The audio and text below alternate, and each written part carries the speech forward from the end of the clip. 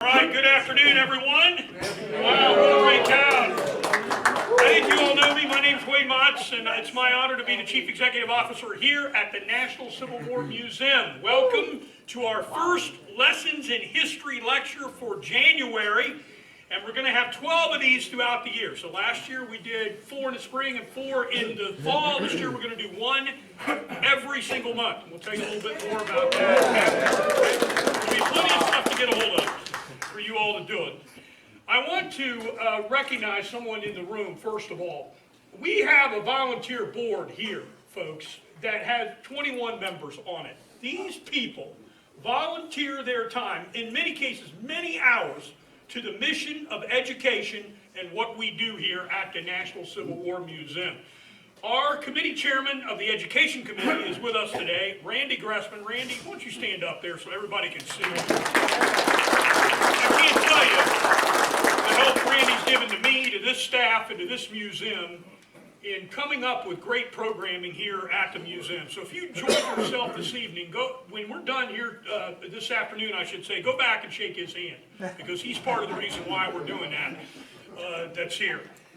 I'm real excited about introducing my friend, and I think all of you know Jim and I know Jim very well, and we worked on a book together, and I would work with Jim on any project, any time of the day.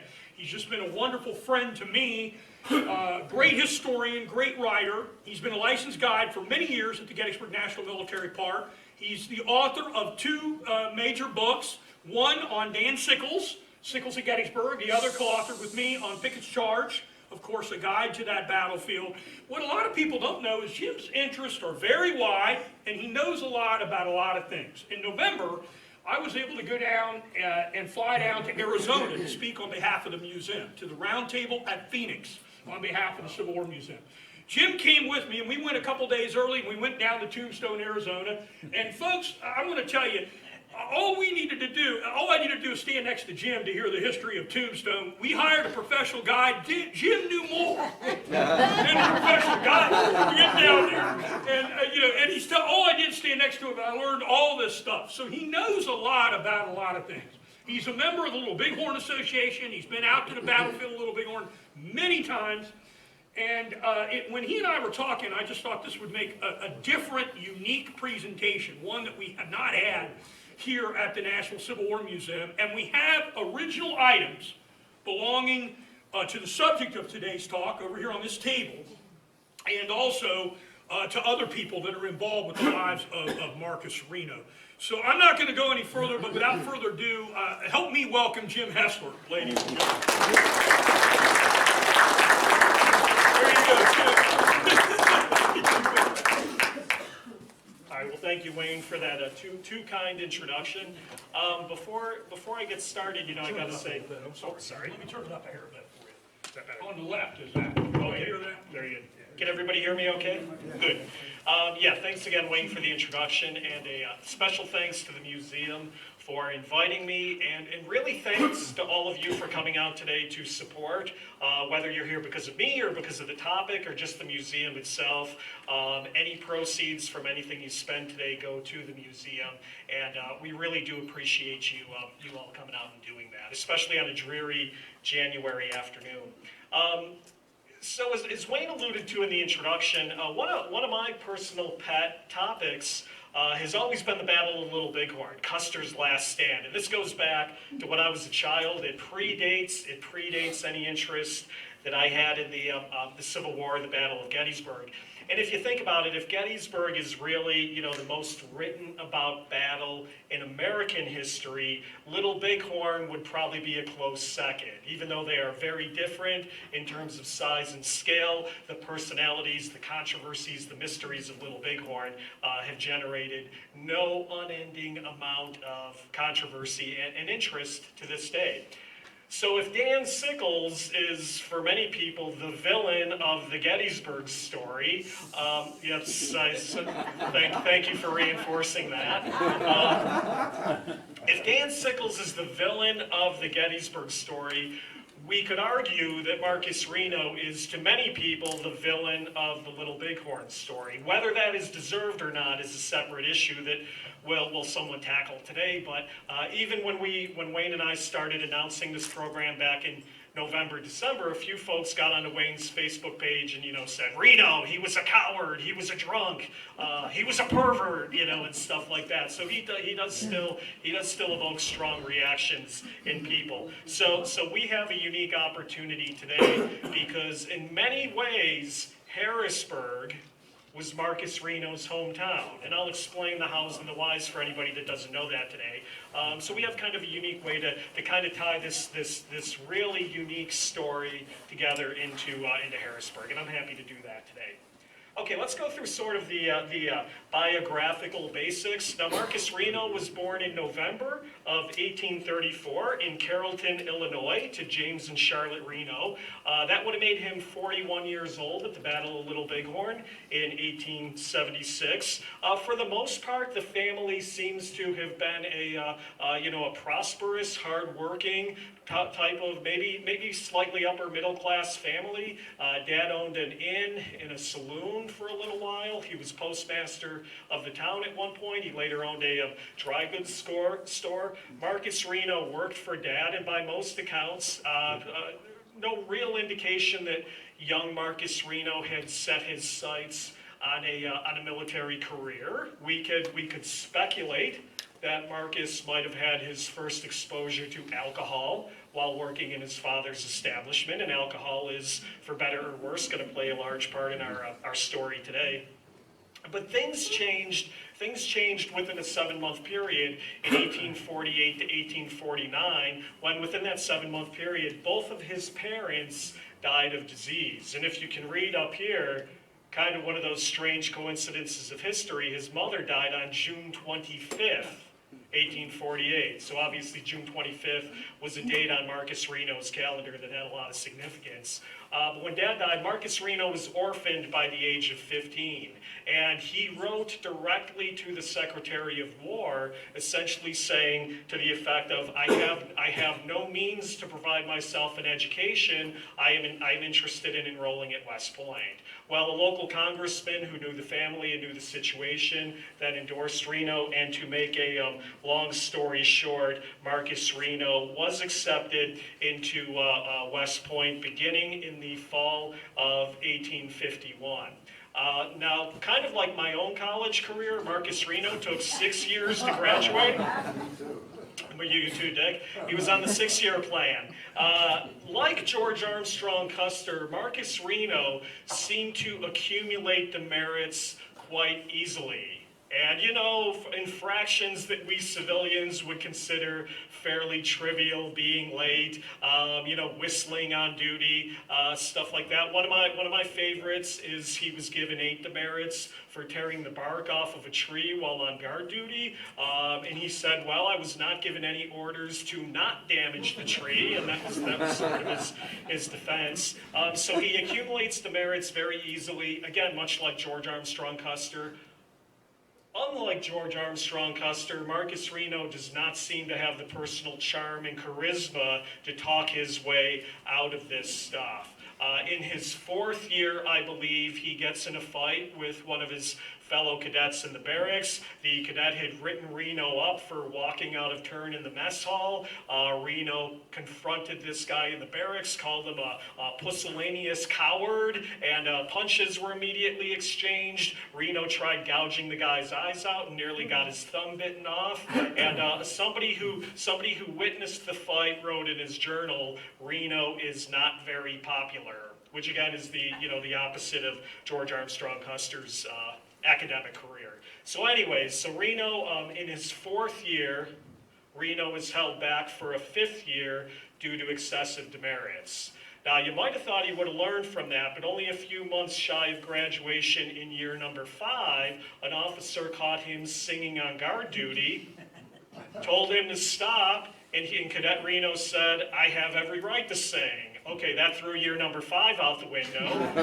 So finally, year number 6 comes around. Reno seems to keeps himself under control, and will graduate late in the class of 1857. 20th in a class of 38. His grades are okay. Nothing to write home about. But now, once out of West Point, his first assignment is going to be to the 1st Regiment of Dragoons. His first station is Carlisle Barracks in Carlisle, Pennsylvania. So I think that is Reno's first introduction to our region. He is not at Carlisle Barracks for very long, though. He gets orders early in 1858 to join his regiment at Fort Walla Walla in Washington Territory. Seems to do well out there. He has some experience out there pursuing Indians, and various other frontier duties. He's commended in a few reports, so, seems to do well. Nothing sort of notorious or stands out or anything like that. But then at the outbreak of the American Civil War, they are transferred to the East Coast. He is promoted to captain at the end of 1861, and the 1st Regiment of Dragoons becomes the 1st Regiment of U.S. Cavalry. And that's going to sort of take off Reno's Civil War career. Now, this is a picture of Reno in the fall of 1862. It's often reprinted as being on the Antietam battlefield, so somewhere in and around Sharpsburg.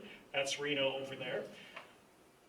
One of the interesting things is they always sort of portray Reno's Civil War career as, I've sort of seen everything from undistinguished to downright, not successful. One of the things that I was kind of reminded of when I was preparing for this presentation, Marcus Reno actually has a pretty good Civil War career. I mean, it's better than undistinguished. Again, it may not have the razzle-dazzle of a George Armstrong Custer or a John Mosby, but his Civil War career is, I would certainly say not bad. But we got a few examples of that. June of 1862, Reno's company in the 1st U.S. Cavalry sees some action at Savage's Station. Captain Reno is commended in his colonel's report. September of 1862, he spends much of the Maryland campaign sort of on recon duty, primarily supporting Franklin's 6th Corps for most of Antietam. Alfred Pleasanton, in his official report of the campaign, a portion of the 1st Regular Cavalry under Captain Reno did good service pursuing enemy to the river. October of 1862, supporting Winfield Scott Hancock's 2nd Corps Division. Now, if you know anything about Winfield Scott Hancock, he does not hand out praise easily. But in one of his reports of October of 62, he commends Captain Reno. Captain M.A. Reno, and then he names a few other guys, are the only officers whom it is thought deserve special mention. That sounds like Hancock. They're the only guys who deserve special mention. But again, you've got some examples here through the fall of 62 where Reno is being called out by his superiors for doing a good job. So, things are looking fairly bright for the almost West Point dropout. But Reno's life is going to change significantly at the end of October 1862, when Reno is going to be among a group of officers assigned to Harrisburg to acquire horses on the behalf of the Army. And I think in retrospect, when I kind of went in and studied Reno's life for this presentation, you can sort of see like 3 or 4 key moments in his life where things are either going to go well or things are going to go very badly. And his assignment to Harrisburg is one of them. Now, Harrisburg, the war has generally been good to the city of Harrisburg. People are coming in. It's facilitating commerce and transportation. 2 of the more prominent members of the city of Harrisburg in that era are the Jacob Haldeman family and the Robert Ross family. Now, Jacob Haldeman was one of the early shareholders in the Harrisburg National Bank. He is also said to be the founder of the town of New Cumberland. So definitely sort of some old money there. Now, he died in 1856 before Reno came on the scene, but the family, his widow, his children are all still around the Harrisburg area at the time Reno arrives. Haldeman had a daughter named Mary who married Robert Ross in 1833. Now, Robert Ross is an Irish immigrant. He moved here in the 1830s. He, too, accumulated a large fortune. banking, farms, real estate investments, that sort of thing. He died in 1861. So again, he's kind of dying right before Major Reno gets on the scene. But how we're tying all of this together with Marcus Reno is sort of my crude family tree down here. Jacob Haldeman has a daughter, Mary.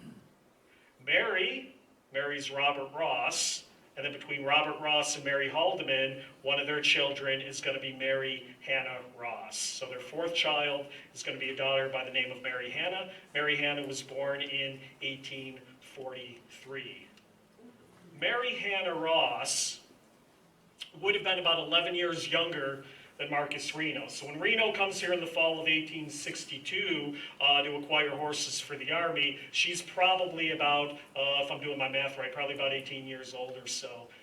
Mary Hannah Ross. Now, I cannot confirm if this is an image of her. This is the only image of her that I have ever seen. This was part of a photo that sold at auction in Dallas a couple of years ago. So I believe this is, one of the few images that are still out there today of Mary Hannah Ross. Kind of interesting, if any of you were over at the artifacts table before the talk, Wayne was saying in Reno's shaving his mess kit over there, they actually have a pocketbook with a bunch of unidentified photos in there. So one of the things we're going to do is try to see if we can find Mary Hannah in there. But for now, get a good look at her, because this may be the only image of her that we think would be in circulation. Now you can imagine she's from a well-to-do family. She's got a good education. Probably charms the young Captain Reno when he is in the city. But this is where they live today. So one of the things we wanted to do was again, kind of tie some then and now pictures of the sites. Both of these families, the Haldemans and the Rosses, are buried in the old Harrisburg Cemetery. Wayne and I went out there on a dreary day around Christmas to take some photos for the presentation. So these are fairly modern photos. This is Jacob Haldeman's grave. And his wife Eliza is also buried there. And again, you gotta love, you never know what you're gonna find in these old cemeteries. So on Jacob's side of the stone, which is here in the front, it says he was just. And then when Eliza's on the other side, it says she was pure. You gotta love the old days when grandma was pure, right? But that's the Haldeman stone, fairly prominent. The Ross family is just across the street and not nearly as prominent as the Haldemans, but if you know where to look, there is the Ross family plot. Reno's wife, Mary, is, I believe, the third one in, but we'll come back to that a little bit later on. So they're all buried in the city of Harrisburg, still here today. Wouldn't necessarily recommend that you go taking a walk up to that cemetery, but it is kind of ironic when you think about prominent people of the city, how much a city can change in a year, or in 100 years in terms of where they rest today. But again, we'll come back to that cemetery. We've got a few more folks in there. Now, when Reno got here in 1862, 1863, Mary Hannah's grandmother, Eliza Haldeman, who we just saw her grave, Eliza at that time lived at 27 North Front Street here in the city of Harrisburg. This is 27 North Front Street. Now, some of you may know there is a historic plaque in the city today marking some property that Reno owns on Front Street. This is not it. So there's nothing today on this house to signify the role that it played in the Marcus Reno story. It is one of Harrisburg's historic buildings. It's considered one of the oldest residences in the city. Governor John Andrew Schultz lived here in the mid-1820s, but there's nothing, if you didn't know, that would sort of put it in with Reno and his ties to the Harrisburg area. Again, Mary Hannah Ross's grandmother lived here, but what's interesting about it is the 1863 city directory also has Marcus Reno living here. So what we think is either at or about the time that Marcus and Mary Hannah get married, they are going to reside for a little while in this house. Now, 1863, we think of it in terms of the Battle of Gettysburg. I would argue 1863 is probably the best year in Marcus Reno's life. Him and Mary Hannah at some point have fallen in love. They start courting each other. And Reno, in late 1862, early 1863, when Reno kind of has to leave Harrisburg and go back to the Army, Reno is going to increasingly start spending more of his leave time here in the city of Harrisburg. And really, if you look at the records, he spends almost all of 1863 here in Harrisburg. Now, there are a couple detours along the way. Notably, he sees action at Kelly's Ford in March of 1863. A horse is shot out from under him at Kelly's Ford. He suffers a hernia in the process, so he is going to be absent for a while on medical leave. But Captain Reno is brevetted Major U.S. Army for his action at Kelly's Ford. So by March of '63, he's getting a sick leave to recover from this hernia. And again, more and more, he isn't going home to Illinois, he's coming to Harrisburg.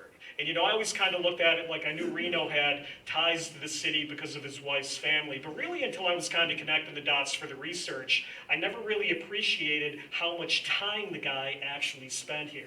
So March of '63, he comes in, he's recovering from the hernia.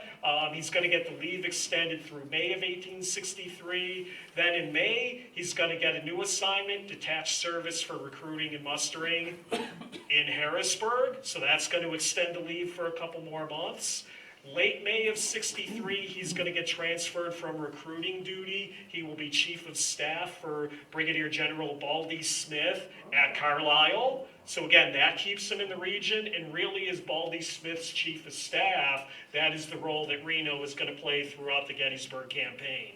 So, ironically, at Gettysburg, his normal regiment, the 1st U.S. Cavalry, is at Gettysburg in and around South Cavalry Field. Had Reno been with his regiment, he might have fought there, but instead, he is detached with Baldy Smith at Carlisle, really for the whole campaign. Now, there's a problem.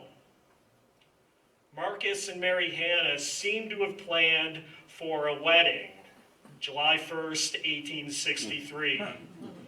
Some people just have bad luck, and Marcus Reno is one of those guys who always seems to be in the wrong place at the wrong time. So they seem to have planned this high society wedding here in the city at the Pine Street Presbyterian Church. The Pine Street Presbyterian Church, which is still standing, again, that's a recent photo. There's a general belief here in the city that Marcus Reno was married at that church. Reno's biographer, Ron Nichols, posited instead that Reno and Mary Hannah were actually married on July 1st in New York City, and Wayne and I did a little digging in the newspaper archives to prepare for this presentation, and we believe the New York City version is the accurate one. So here's what we think happens.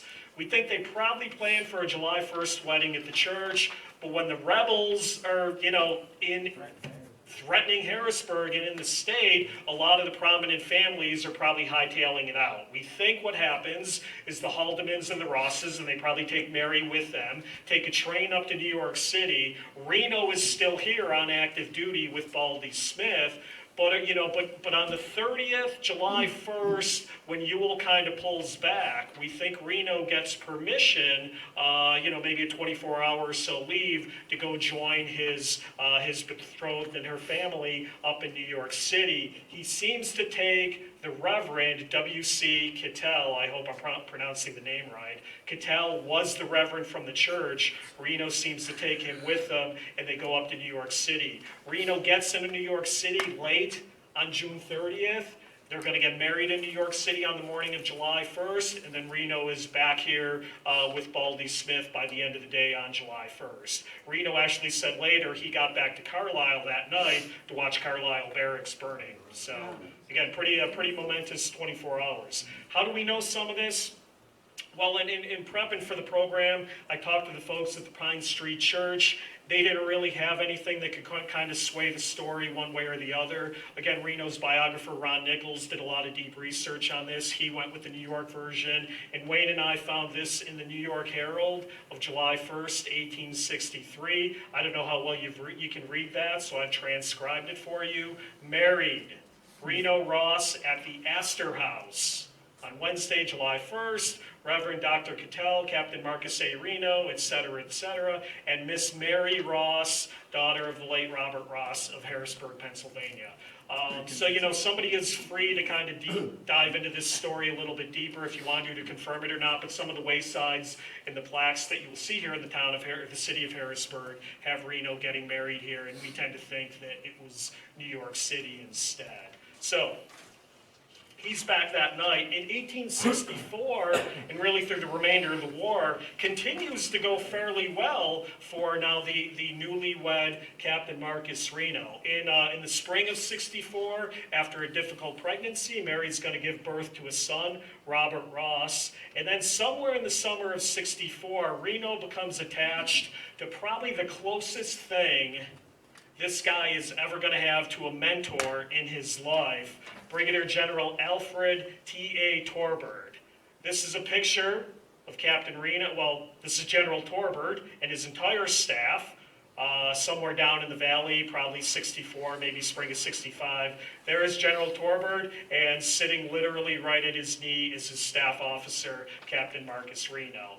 Captain Reno starts out as an inspector general and later seems to be serving as chief of staff for General Torbert. Torbert is going to recommend Reno for promotion on a number of occasions. On one occasion, Torbert is actually going to recommend that Reno be promoted to brigadier general. Torbert gets an endorsement from Phil Sheridan.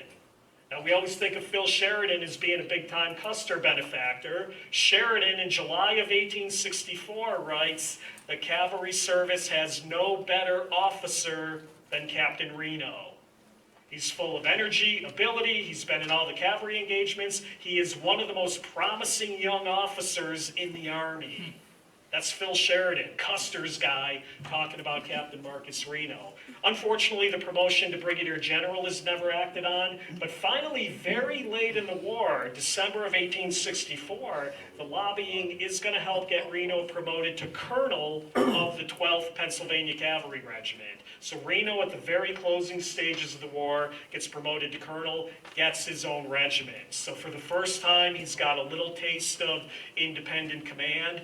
Unfortunately, the 12th PA doesn't seem to be really that strong of a unit, and to make matters worse, they're down in the valley going up against John Mosby.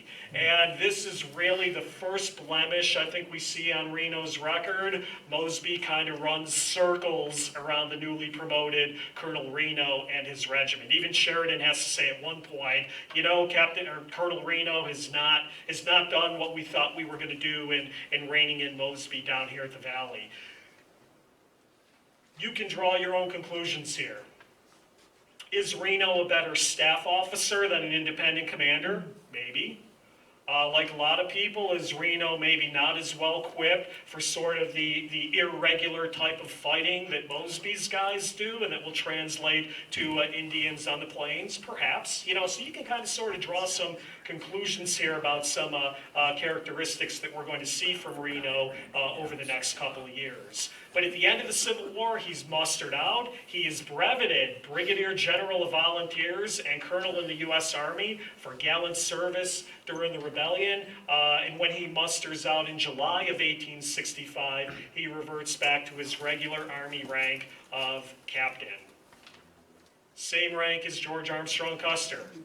Right? So at the end of the Civil War, all of these guys revert back to rank. Now, Reno's first post-Civil War assignment is as an instructor at West Point. So again, think of the irony there, right? The place he almost got booted out of, now he's going to be teaching, right?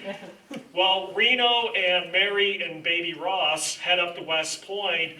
Reno immediately complains about the condition of his quarters and is immediately reassigned to New Orleans. So his second stint at West Point is even worse than his first stint was.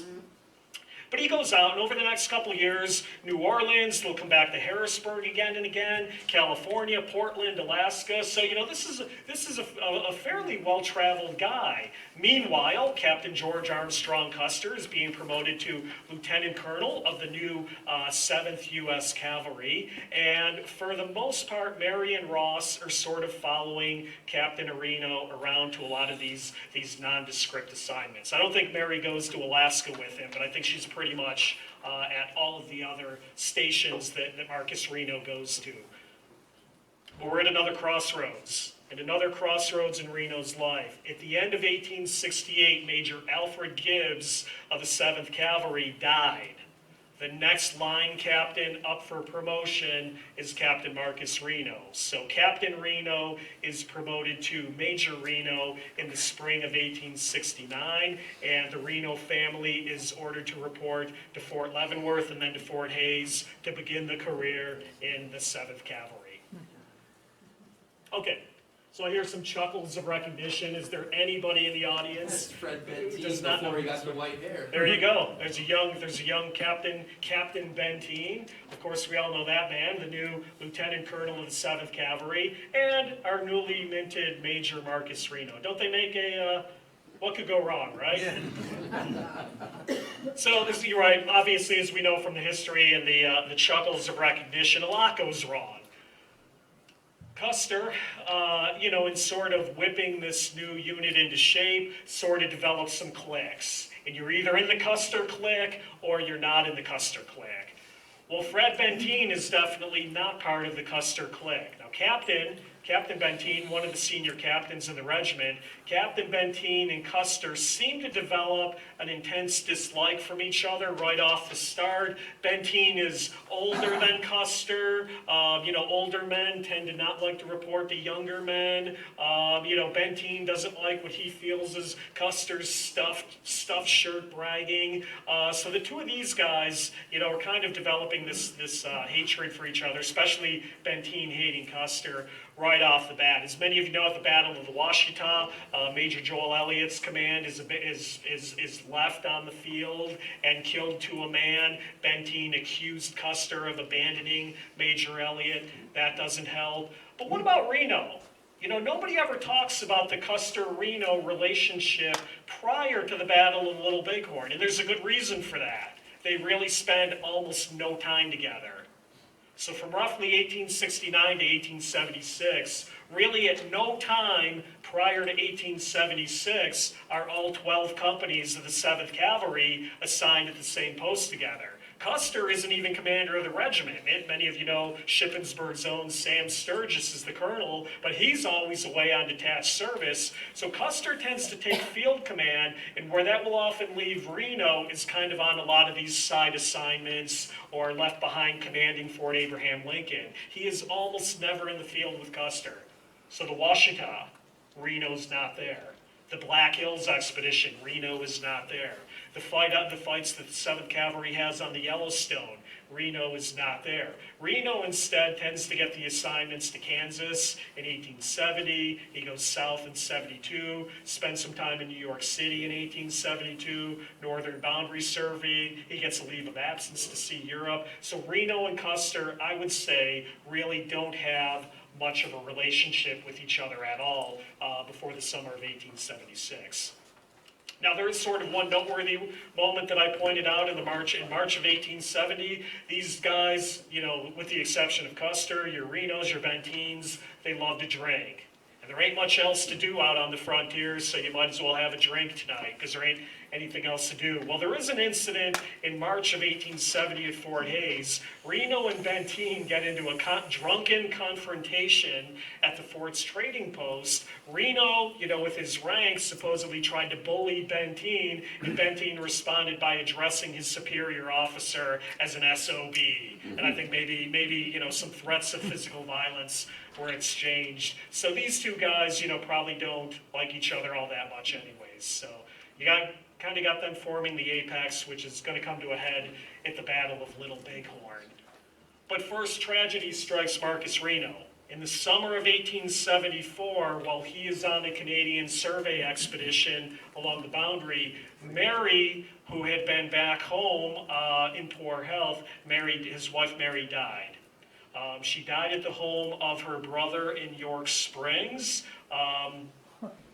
but she was sent, the body was sent back here to the property we talked about earlier at 27 North Front Street. So remember the property that we said Grandma owned, Marcus Reno lived here in 1863. It was also the home that held the funeral of his wife Mary when she died in 1874. She's only 30 years old. It's a sad story. And unfortunately, Reno wasn't there. He wasn't there when she died because he was on the survey expedition. But even worse, he tries to get a leave of absence from the Army to come home and, whether it's to attend the funeral, grab his son, attend to his affairs, whatever's going to happen. General Alfred Terry in the Army denies his leave request. He can't come home even for his wife's funeral or to attend to his young son. Now there's always been some rumors that the family resented the fact that Reno wasn't there when his wife died, but I don't know what he could have done. The Army didn't allow him to come back home. Showing once again that the U.S. Army does not always take care of its own. Reno does not get home until September. And getting back to our visit to the cemetery earlier that we talked about, if you can read the dirty and the well-worn tombstone, Mary Ross Reno. So that is her grave in the Ross family plot in the Harrisburg Cemetery. Up until this point, life has been pretty good for Marcus Reno. I think his career has been pretty good. Whether it is coincidence or now a direct result of Mary's death, it's now going to be sort of a long, slow downward decline for Marcus Reno from here. But he does, I will add, him and his son Ross, when Mary dies, they jointly inherit 2 local properties. This is the one on Front Street. Now this is down the street from this property. This is 223 North Front Street. If you go down North Front Street today, this is the building that has the Reno plaque in front of it. And 223 is the one, if you guys can see it back here, 223 is the one on this side of the building. The Renos inherit this from the Ross family when his wife dies. I don't believe he ever really uses it as a residence. I believe it's primarily a rental property. And they also inherit a 185-acre farm in Lower Allen Township, New Cumberland, and various other assets totaling at the time of about 35 grand. So Major Reno at Battle Little Bighorn, Reno's got some money. I mean, these are rental properties bringing in income. He's got some bucks from his wife's estate, and he's going to own most of these really up until or shortly before he dies. There is what we think is a contemporary image of the farm. Today there is a plaque in New Cumberland at modern-day 3rd and Reno Street, just talking about his role in the Battle of Little Bighorn, and that he owned a farm near here. Again, I could be wrong. I mean, I can't account for every day in Reno's life, but as I said before, I don't think for the most part Reno used these as residences. Again, I think they're primarily investment and income properties. The farm is long gone, so I think this photo dates back, I think, to the 1880s, but it is no longer there today. So we'll come back to Reno's properties here in the Harrisburg area because they'll play a role later on. But let's get to the Little Bighorn. All right? Yeah, I heard some people. All right. 1876. Now, I'm not going to refight the whole campaign here. I imagine many of you probably have your own opinions on it. In the interest of time, I'm going to sort of focus to some of the aspects that play heavily on Reno. First of all, as many of you know, George Armstrong Custer spent that spring basically handcuffed in Washington. He got into a dispute against the Grant administration. For a while, it looked like Custer would not even be in the field with his troops that summer. Reno, at that point, being field commander of the 7th and commanding the troops at Fort Lincoln, lobbies to take command of the 7th. He first goes to Alfred Terry and then later goes to Phil Sheridan, basically saying, give me a chance. Custer's not going to make it. Give me a chance. He's not going to be here this summer. I can do credit to the regiment. Give me a chance to command the regiment in the field. How do you think Custer felt when he saw that? Probably not too good. So Reno probably had one strike against him when Custer did come back and ultimately lead the 7th into the field. So the summer of 1876, there are 3 columns in the field. Gettysburg's own John Gibbon is patrolling up north to sort of cut off the Yellowstone River. George Crook, one of Crook's artifacts, are over on the table today. If you didn't see it before the talk, make sure you do before we leave. George Crook is coming in from the south. Crook is turned back at the Battle of the Rosebud on June 17th, 1876. During that period, from June 10th to June 19th, Reno, not Custer, Reno led a 5-company reconnaissance ordered by Terry to scout in the vicinity of the Tongue and the Powder Rivers to see if there were any signs of Indian warriors down there.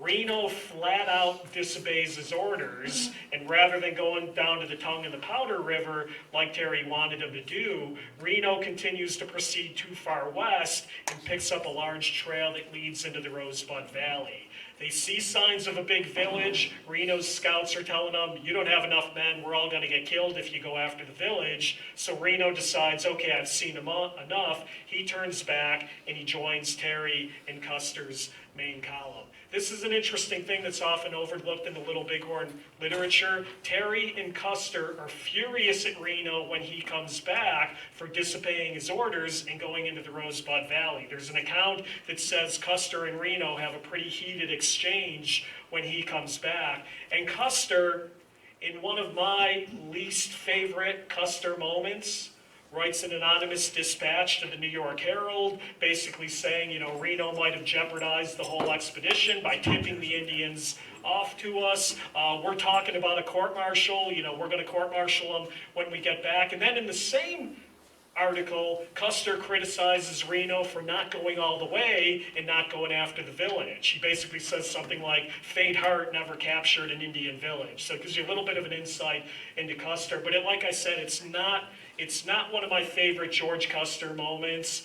Undercutting one of your subordinates anonymously in the newspaper just ain't cool in my book. But anyways, Custer now takes command of the 7th Cavalry. Because of Reno's scout, they know Indians are not in the Rosebud Valley, so they eventually proceed over to the Little Bighorn Valley. Custer and the 7th, as you know, strike a big trail. They'll come up the Little Bighorn from the south, while Terry and Gibbon are going to sort of come in from the north. Custer makes what is arguably the most important and fateful decision of his entire life. The morning of June 25th, having struck a large village that seems to be in the Little Bighorn Valley, Custer is going to divide his regiment. Reno is going to get 3 companies of about 110 to maybe 130 men. Reno's going to go into the south end of the valley. Benten, with another 3 companies, is going to be sent off on a reconnaissance, and then you have another company or so kind of bringing up the pack train and the ammunition. So Custer divides the command, going to be heavily criticized for doing that in the face of an unknown enemy, but Custer and all of the troops in the field, more than anything, are obsessed with the idea that the Indians are going to scatter. The village is going to scatter. The Indians don't normally stand up and fight. We got to hit them from multiple directions and make sure we do that before they scatter. So what happens? Reno and his 3 companies are basically told, the village is on the jump, we want you to attack, and according to Reno, Reno says, Custer tells him, you will be supported by the whole command. So as Reno and his 3 companies attack a massive village, we're talking 130 men, maybe going up against 2,000 Indian warriors protecting their homes. Well, to everybody's surprise, the village doesn't scatter, they stand up and fight. And Reno is quickly overmatched. And what is Reno doing while all these Indians are coming out at him? What's Reno doing? Where's Custer? Where the hell is the rest of the regiment? Where is the support I was promised? Custer, instead of going behind him, for reasons that are still debated today, Custer instead heads for the bluffs to the north, seems to be looking for another opportunity to take the village in the flank. So what we think is going to happen is they're going to hit the village on 2 sides. But Reno doesn't know this. Custer has not communicated any plan of attack to his subordinates. So Reno and his guys eventually stop their charge into the village, They form a dismounted skirmish line, which almost at that point immediately surrenders any initiative that they have. They got Indians swarming around the skirmish line. Reno is then going to basically have the troops fall back into a defensive position in some woodlot. Still overwhelmed, still Indians coming at him, still doesn't know where Custer is, and finally Reno is going to mount up on his horse, and according to some, he's going to raise his pistol in the air. And Wayne, like how I'm tying this to the artifacts, don't we have a pistol over there? Yeah, right. He's going to raise the pistol in the air and say something to the effect of, "Those of you who wish to make your escape, follow me." And with that, Reno is going to lead what he calls a charge of his companies back out of the woods, back across the Little Bighorn River, heavily assaulted by Indians on all sides. The Indians say it was like a buffalo hunt. We're just hitting these guys as they run on every side. And finally, Reno and his badly shaken, badly demoralized command are going to reach the bluffs over the Little Bighorn River. In that valley action, Reno is going to suffer about 32 men killed and about 18 men missing, so that's probably about 40% of his command. When they get to the top, one of the officers say to him, "Major Reno, the men were quite demoralized by that, weren't they?" And Reno looks at him and says, "No, sir, that was a charge." But now they've got a rally on the bluffs.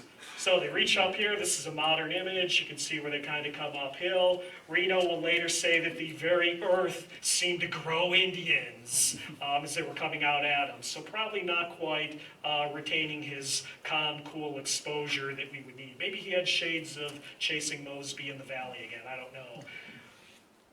The key point of all this, though, is by Reno disengaging his attack, the Indians, the warriors, are now free to focus on Custer. So by the time Reno and his command get to the bluffs, all of a sudden the warriors all disengage and start riding up north. And soon the sounds of gunfire are heard up north. What is it? It's got to be Custer, although Reno and his men later would say they didn't have any idea what's going on. Reno then comes upon the third column, which is Captain Benten. Captain Benten has received the famous "Come quick, bring packs, P.S. bring packs" message from Custer. But before Benten finds Custer, Benten stumbles across Reno's badly defeated command. Now again, Captain Benten, Major Reno. Major Reno says to Captain Benten, "For God's sake, stop. I've lost half my command. I need you to help us." Benten makes a decision that basically seals Custer and his 5 companies to his fate. Benten does not proceed on to go rendezvous with Custer. Benten stops and will help save Reno's command. So again, one of the great what-ifs of history, if Benten had gone on, would they have given Custer badly needed reinforcements? Would they all have gotten killed? Would the Indians then have come back and finished off Reno? Of course, we'll never know, but maybe over a beer tonight you can sort of debate what you think would have happened on that. Back to Reno, though. Most accounts of Reno are that he is very excited. He's got a revolver, maybe a carbine. He is shooting long distance at Indians who are well out of range. He's supposedly lost his hat. Other officers are swearing, crying. The regiment, things are clearly going to hell. And what seems to happen over the course of the next day and a half is Captain Benten, somebody comes up to Benten and says, "This is bad. If you don't take command, we're all going to be wiped out." And over the next day and a half or so, Benten progressively starts taking command away from Marcus Reno.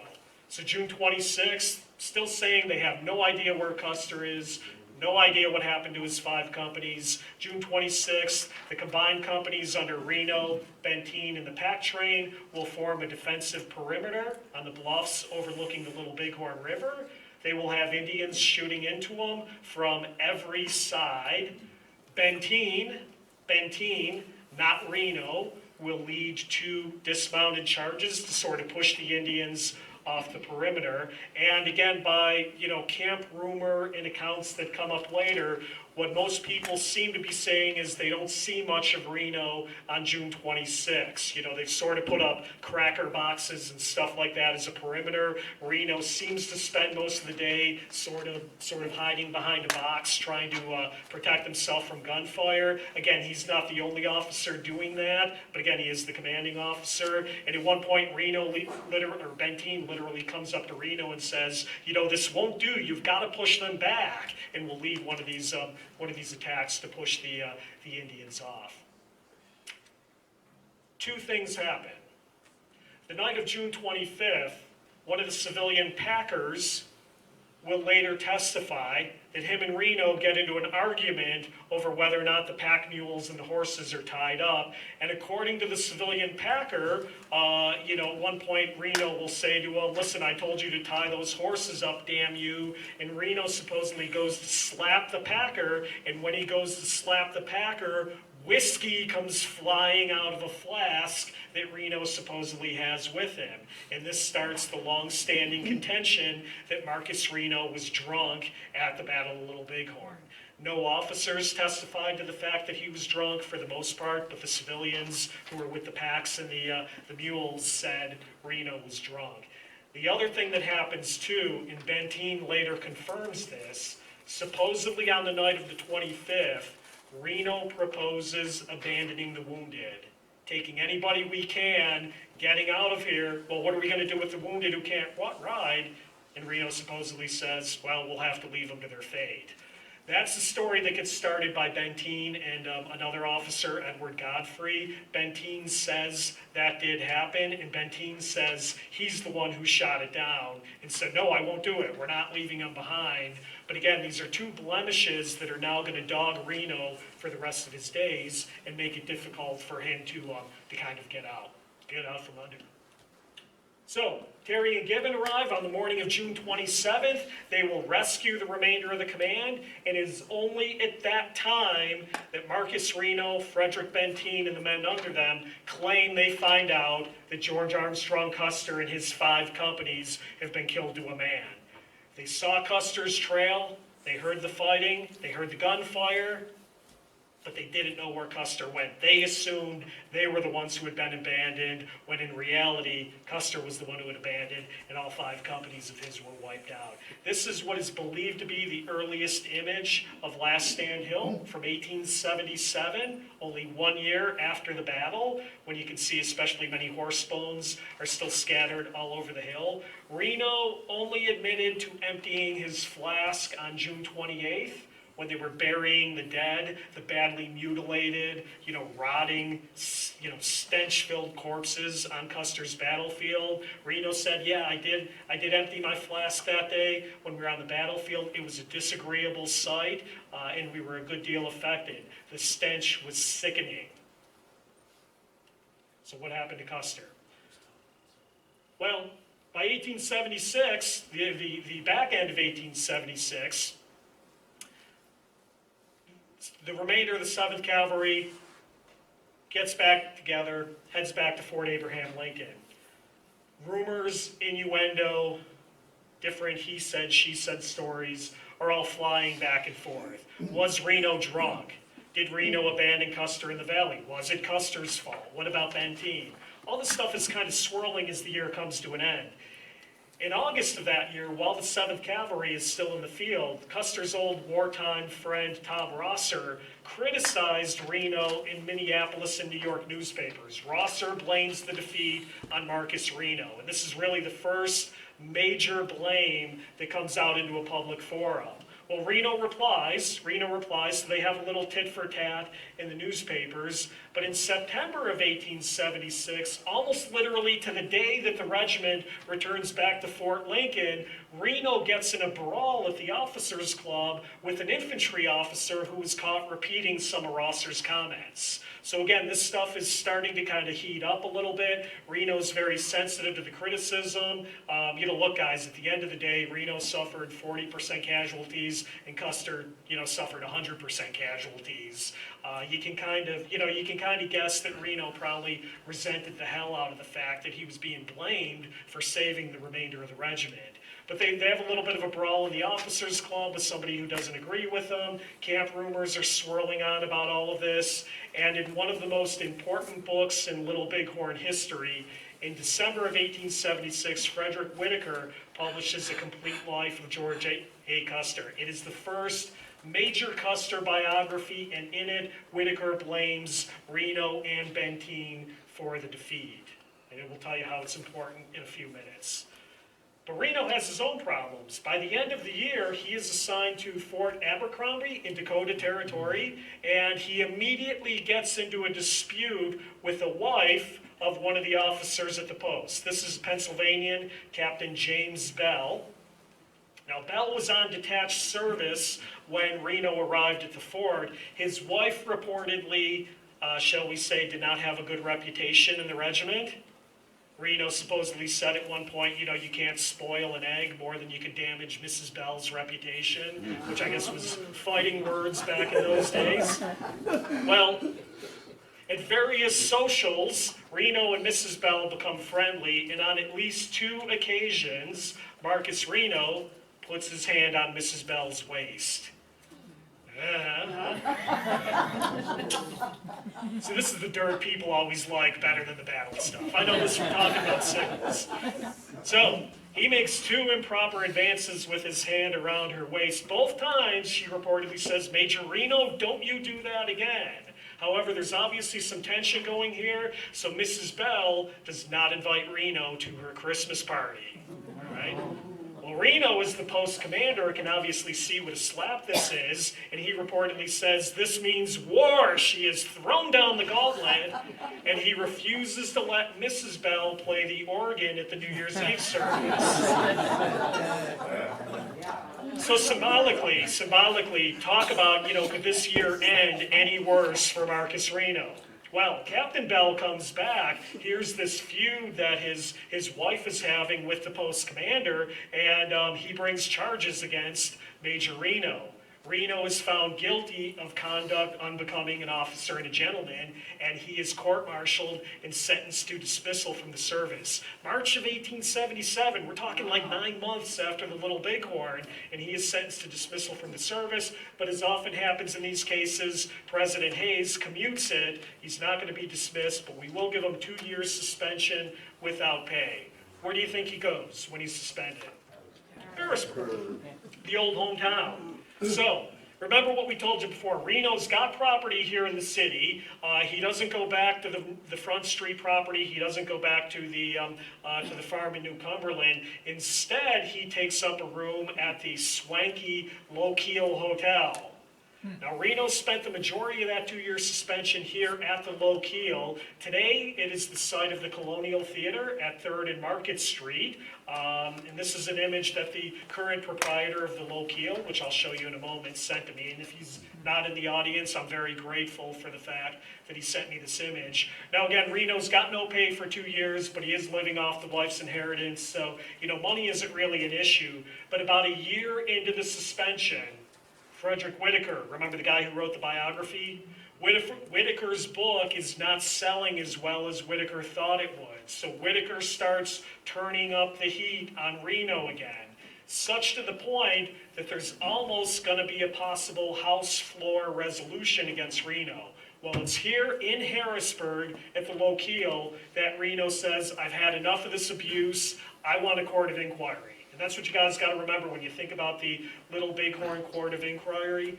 Reno asked for it. He demanded that court of inquiry. He said, "Let's get the facts on the table, and we'll see. I've got nothing to hide." Folks, I think that if you're a Little Bighorn nerd like I am, Harrisburg, you know, that Low-Keel Hotel, that's a historic decision. It's while living there, maybe it was that room right there. I don't know what room he was in. It was with the hotel that Reno demanded the court of inquiry. That's a big deal, I think. So they convened in Chicago in 1879. This is the modern Low-Keel Hotel today. Now, it's obviously very different. The Low-Keel has changed locations a few times. Today is at 901 Chenoy Street, so you can see that's obviously a very different structure, but this building also dates back to the 1870s, and the hotel seemed to have moved here in 1934.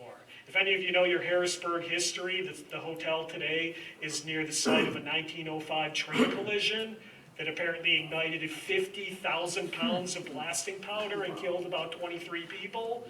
So, you know, if you want to take a ride down there, you'll see the railroad tracks kind of going right behind the building. Whoops. So, Reno needs an attorney for the court of inquiry. Who are you going to call? Harrisburg's own Lyman Gilbert. Now, Lyman Gilbert was a Yale graduate. He was a member of the Harrisburg law firm that evolved in today's Newman Smith, I hope I'm pronouncing that correctly, which is today considered the oldest law firm in existence in the city of Harrisburg. He'd been a two-time state deputy attorney general, so Reno's been bringing in a big gun. He's not just hiring any hack off the street. Gilbert was also a family friend. He is actually Ross Reno's financial guardian. The 1880s city directory, I found him also living on North Front Street, so they were probably neighbors. And Lyman Gilbert's wife, Gabriella, was also a founder of the Civic Club of Harrisburg. So there you go, another Harrisburg connection. And they too reside today in the old Harrisburg Cemetery. Now, when Wayne and I went out here in December to get our pictures for the presentation, we found the Gilbert Stone, and we were pleasantly surprised. Who is that right next door to the Gilberts? John Geary. So if you want to kind of place it next time you're in the cemetery, John Geary and Lyman Gilbert are buried right next to each other. So we thought that was kind of a cool, pleasant surprise to our day. So, Court of Inquiry is going to meet winter of 1879 in Chicago. 23 witnesses are going to be called, and for the most part, the officers of the 7th Cavalry support Marcus Reno. Now, this is a contemporary image that was printed in the newspapers at the time. This was Custer's biographer, Fred Whitaker. He was allowed to attend. For my Gettysburg people, this is Wesley Merritt. He was one of the 3 officers on the court. This is Marcus Reno. This is Lyman Gilbert. And this is the witness at the time, Charles DeRudio, who was one of the 7th Corps officers that some of you may know. So again, in general, the officers tend to close ranks. They support Reno, but it's really, if you read between the lines of the testimony, it's really kind of, as Wesley Merritt later said, damning Reno with faint praise. Certainly there was no sign of cowardice or anything special the other way. Okay, what does that mean? Another guy says, I saw nothing particularly heroic in his conduct or the reverse. So again, what does that mean? Where Benten says he's about as cool as he is right now. Okay, hopefully he was cool at that moment. And Edward Godfrey, who again became a Reno hater, did accuse Reno of showing nervous timidity. So nervous timidity is about the harshest criticism that any 7th Cavalry officers, but they do also, all of the officers deny the charge of intoxication, and a couple of them say, look, we thought we were going to die. If this guy was intoxicated, we would not have allowed him to remain in command. So you can argue that the charges of Reno being heavily intoxicated at the battle don't hold up. Although he probably was not as dry as the Montana Bluff either, so probably somewhere in between. And this is a neat picture. This is from Ron Nichols' biography in Custer's Shadow. This is taken in Chicago at the time of the inquiry. Benten, Lyman Gilbert. So we have the 2 of them together. Again, Harrisburg's own Gilbert and Benten stopped long enough to get their picture taken together. Ultimately, as many of you know, the Court of Inquiry issues a ruling saying that the conduct of the officers was excellent, and while subordinates in some instance did more for the safety of the command rather than brilliant displays of courage by Major Reno, there was nothing in his conduct which requires the criticism from this court. So again, the Court of Inquiry is a fact-finding body to determine if we're going to do anything about it. There is nothing in his conduct which required criticism from the court. Wesley Merritt told Libby Custer, look, they kind of damned him with faint praise, and there was nothing we could do to get him out of it. Whitaker, the Custer biographer, accuses Reno, Benten, and Gilbert of sharing a bed together in their hotel room and of plying witnesses with alcohol and, quote, ladies of pleasure. So imagine that. Imagine Benten trying to get some ladies of the night for the officers of the 7th.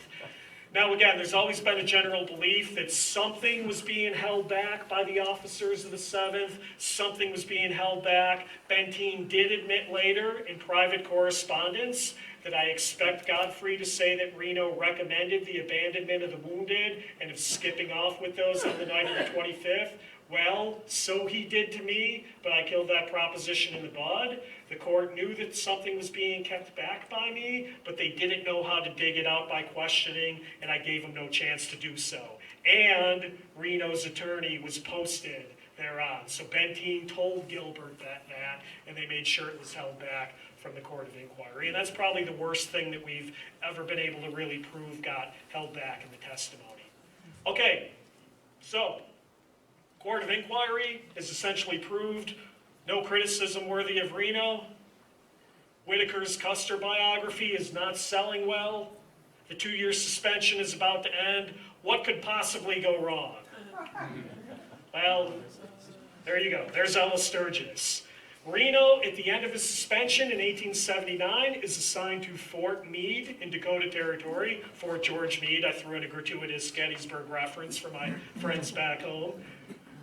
But Colonel Sam Sturgis is going to command the post. Colonel Sturgis and his family arrive in July of 1879 to take command. And over the next month or so, August of 79, Reno gets drunk at a private dinner. Later that same week, he gets drunk. He gets drunk playing billiards with a group of officers that includes Fred Benten. Reno breaks a window with a chair, and then when the bartender at the end of the night tries to give Reno his change back, Reno slaps the change out of his hand, calls him a damn liar or something like that. So Reno has a minor altercation with the bartender. Reno takes a little R&R in Deadwood, South Dakota, gets in a drunken fight in a hotel. So we're starting to see a trend here.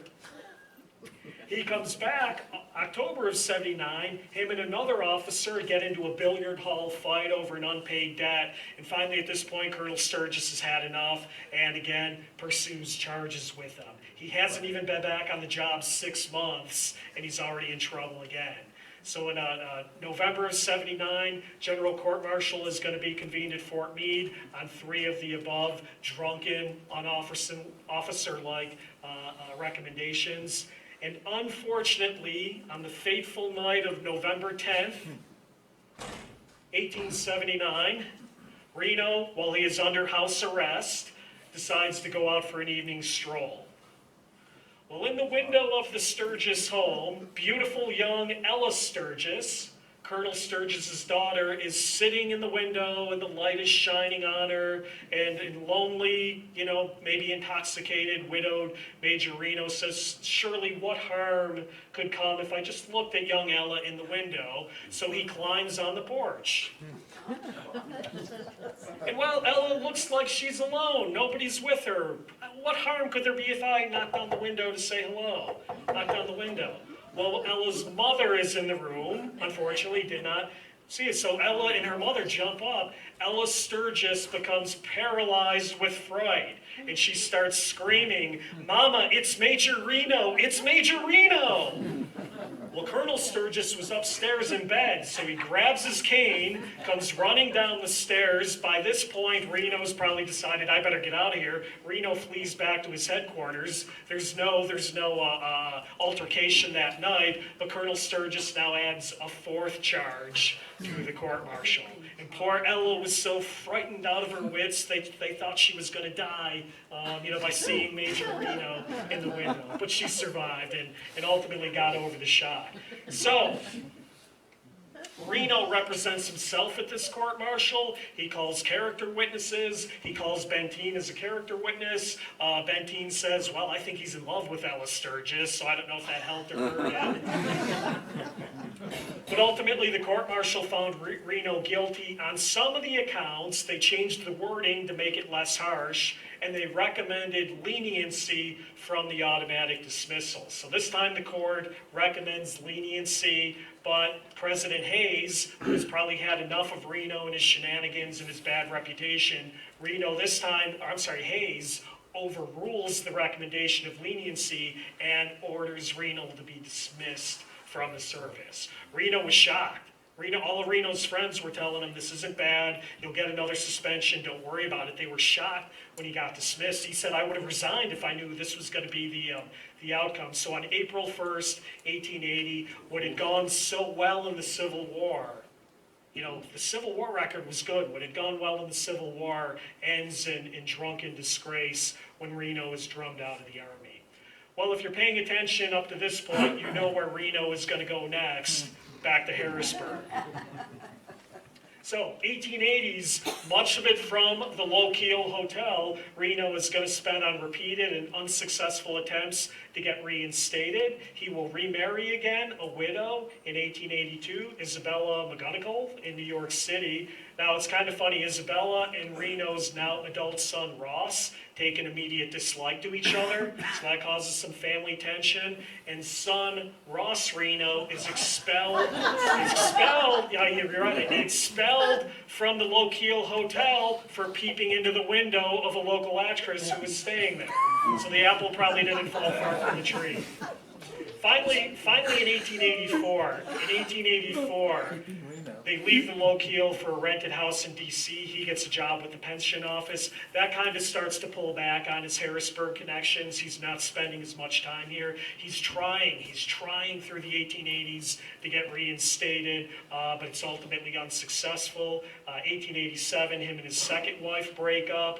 She moves back to Harrisburg, and then she sues him successfully for support. And the Harrisburg Patriot of October 12, 1888, reports on an attempted suicide. The Major's actions are entirely due to drink, and his friends think his mind is becoming unbalanced.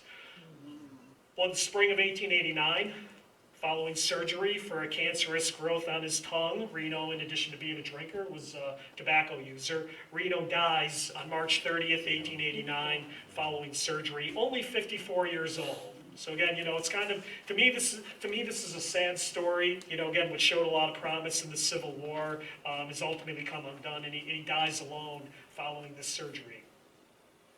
Reno remained in an unmarked grave in Washington, D.C. for 78 years. Reno wanted to be buried in Harrisburg. He wanted to be buried at the Ross plot here in Harrisburg. The Ross family would not make room for him.